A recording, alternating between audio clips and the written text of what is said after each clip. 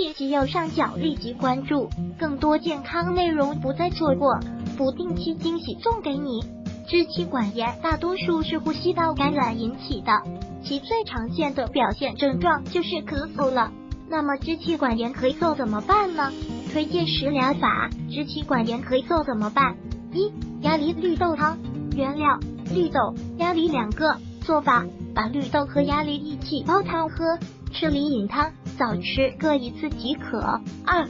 醉梨块加冰糖慢炖。原料：梨子、冰糖。做法：将梨子切成块，加入冰糖，再倒入合适的水，一起用小火慢炖30分钟，待水减少后再加适量水慢炖10分钟就行了，吃了能有效防止咳嗽。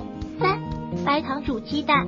原料：鸡蛋、花生油、白糖。做法：先加水煮沸，放豉油、花生油最好1到2汤匙，再放适量白糖，然后将鸡蛋打碎加入锅中，烧碎为止，然后即可食用。用法：每天早晚起床之后，临睡之前趁热饮服，连服3日即可。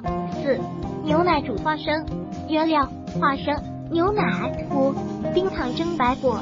原料：白果、冰糖。做法：将白果、冰糖放一点水蒸熟，晚上睡前服用，1日1次，坚持1个月可治咳嗽。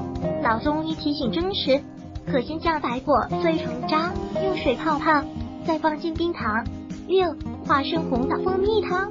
原料：花生、大枣、蜂蜜。做法：将花生、大枣、蜂蜜放入锅中，用水煎好后使花生、大枣并饮其汤，每日2次，数次即可。如果喜欢本视频，请分享并订阅本频道。